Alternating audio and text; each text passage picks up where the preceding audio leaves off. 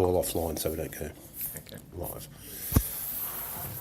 Okay, welcome to the podcast Everyday Aussies. Today we're with Ed from TFW Hawkesbury. Welcome, Ed. G'day, good to be here and have a chat. Yeah, let's have a little chat about what it is. What's TFW stand for? Training for Warriors. So our idea is to get the everyday mum and dad out and become warriors, look after their health and get fit and active. All right, so TFW Warriors. So does your training, like warrior training, are we doing Spartan training or what are we doing? So we're looking after the everyday mum and dad that want to get fit and healthy but want to release that warrior within. So it's more about opening up and realising, everybody's got their own battles going on, but we all need to be fit and healthy to live that active lifestyle with the family. Okay, cool.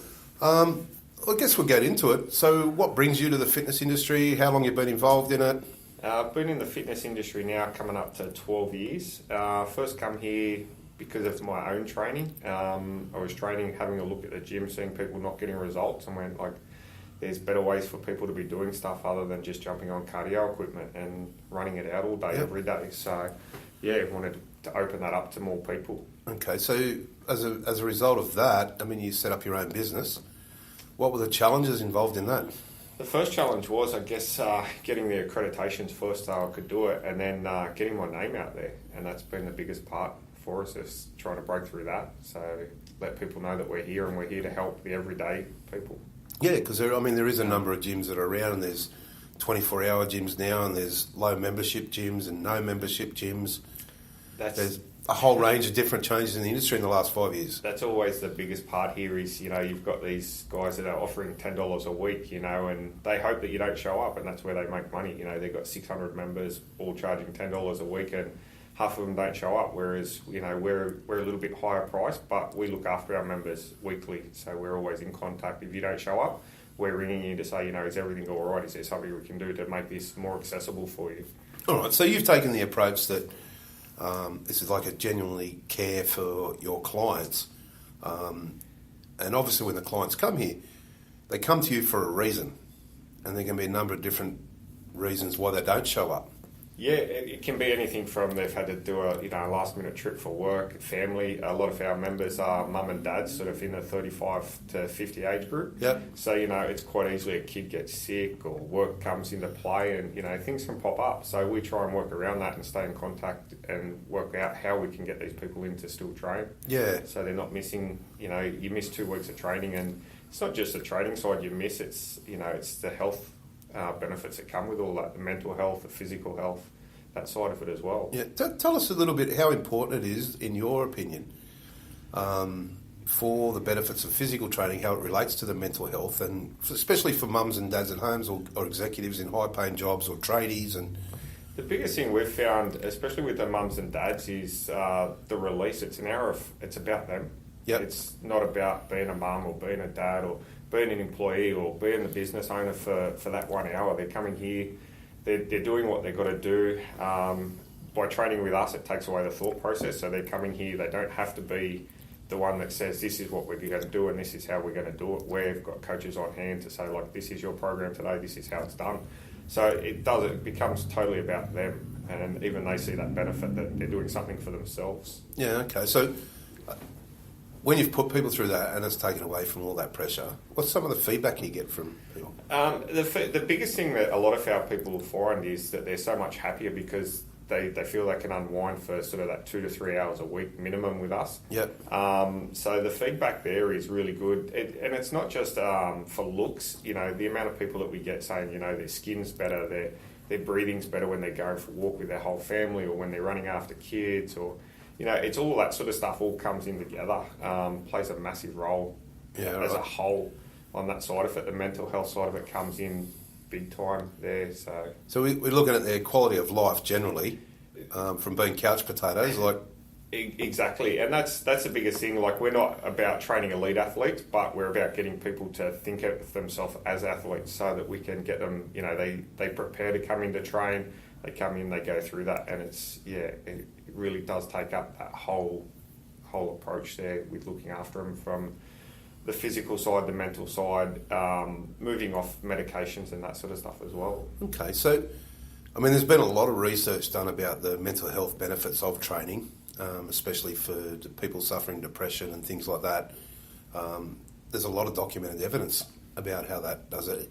So can you see the transformations in people when they come here? Massively. We've got a couple of young guys that train with us at the moment that suffer bad from depression and anxiety. Yep. And that's just released so much just from getting to know each other, talk to each other, training, being in an environment where they're not 100% comfortable, but they're comfortable with the people that are here. Yeah. So it helps them transition into learning to communicate and open up a little bit more. And they realise that they're not the only ones going through that sort of stuff. And that's part, I guess that's part of the job as a coach is you have to understand different people's personalities and where they're at in life. So okay, so how do you do that? It all starts by building a relationship with the people. It's not, they come here, yes, for the physical training, but it's not just about that. You've got to build a relationship with them. So it's getting to know them, getting to know their family, getting to know everything about them, and you end up building that bond between them where you can tell as soon as they walk in the door what sort of mood they're in, and that's a key part to being successful with your clients. Yeah, so I mean that goes for the whole philosophy of your place. I mean, I walk in the place, and it's unlike other gyms. It's not wall-to-wall mirrors, so everyone can prance around. Yeah. I get the feeling when I walk in here, hey, we're here to do a job, but we're here to have fun and build a great team of people. That's our biggest goal here. It's to make sure that people come in here and feel comfortable. When we originally set up, we did think about mirrors. All of our members said no thanks. Yep. So we set it up to be accommodating to our members, and that was the big thing. And they all we've got all the big weights, we've got all that sort of stuff like most gyms do. But the big thing we have is that community within our facility. Everybody knows everybody here. I don't have any members that can't train together. Yeah. They all get along, they all talk to each other. Majority of them are friends on Facebook and things like that, talk to each other outside of the gym as well. Okay. So, I mean, it's an interesting philosophy you've taken towards your gym and your approach, which I think is unique especially around the Hawkesbury. And your location is pretty central for people to come. Yeah, that was one of the key factors to moving into where we are, was being central, easy for people to find us and see us. Yeah.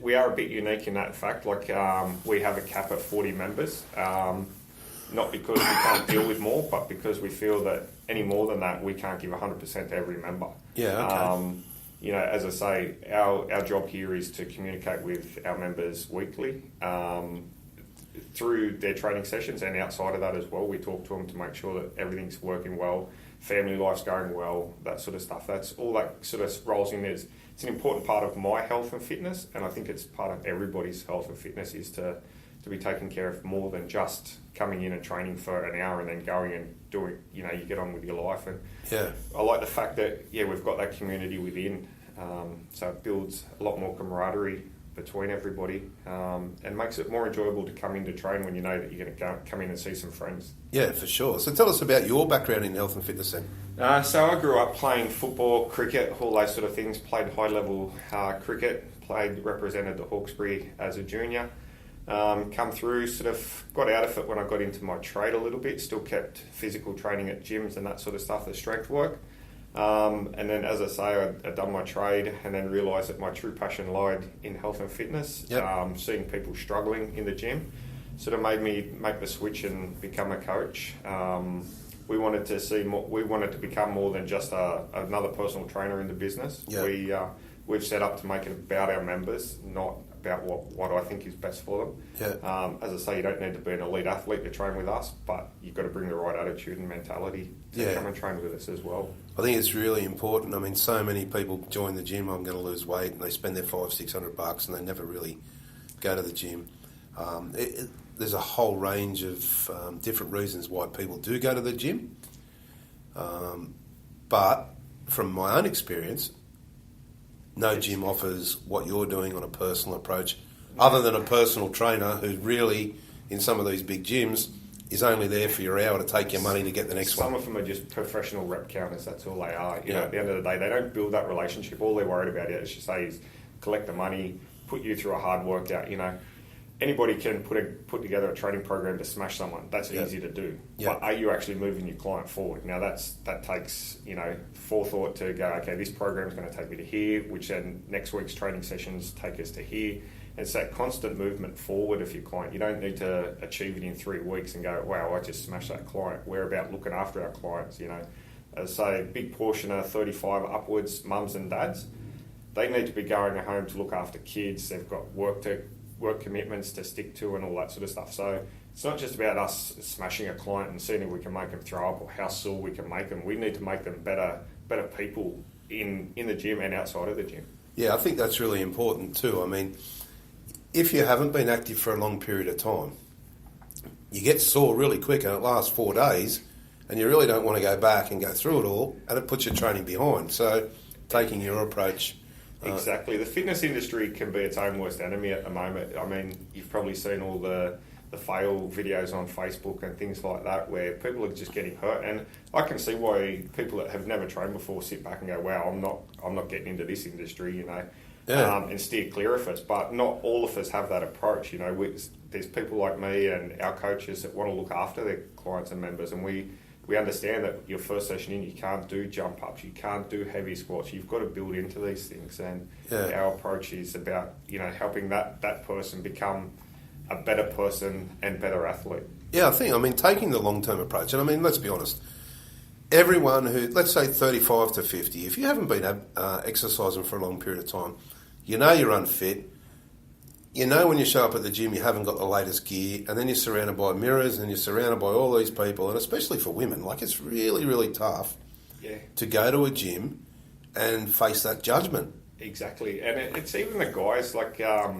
It's guys and women get put off by that judgment. You know, we've just started a dad's bod group, and that was a bunch of tradies who, you know, 10 years ago when they were in their 20s probably trained pretty hard at the gym. Yeah. They're now, you know, 35, 40, working hard, haven't been in the gym for the last 10 years. Yep. When we started them, their first 4 weeks was all about just showing up. Let's go through some basic movement patterns. Yep. Let's get through the first month of injury-free. Then we started stepping it up. They were all ready for it after that. There was no just come in, this is what we're going to do. There was no burpees. There was no big lifts. It was all done at lightweight. Yeah. And same with our women's groups. You know, when they come in, we understand that not every woman wants to lift weights, and they're not comfortable. They're not used to it. So we start them off with light weights, build them up. And they get to a point where they make the decision to start lifting heavier because they're ready for it. Yeah, I mean, I think you touched on an interesting point there. Body movement. All right, so a lot of people when they're younger played sport, went through sport, may have had some injuries. Now they go to work. They still might have some injuries from work or sore backs or shoulder, even lifting kids around. Coming back down to getting your posture right, your body movements right, so your muscles are firing in the right order. Yeah. I mean, that's the sort of stuff that you're doing, right? Exactly right. You know, the amount of tradies we've got, the builders are probably the biggest ones. They've done the shoulder playing footy when they were younger, all of a sudden swinging a hammer all day, every day, and nail guns, and that all of a sudden they've learnt to compromise their movement because they've had that injury for life. So we want to help them recorrect that and get that strength back. Yeah. And that's the biggest thing, you know, is understanding that the body should move freely. Through some mobility work, stretching, and then the strength work all brings that back together. It's an important part. Yeah, I agree with you. I mean, and again, it comes back to your philosophy is here, let's have a look where you're at.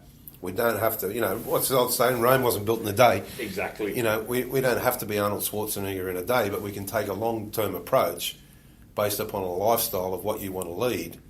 And free up your body in order to do that. Exactly, and it comes down to when you look at it, you know, you can lose 10 kilos in 12 weeks, but if you stick to it for 12 months, 52 weeks, if you lose half a kilo, you've just lost 26 kilos. Yeah. So, you know, have a look at that, and that's sustainable without killing yourself. You're not just in the gym, you know, 5 days a week, 2 hours a day, just absolutely smashing yourself. You're looking after your body. You're actually becoming better movement patterns.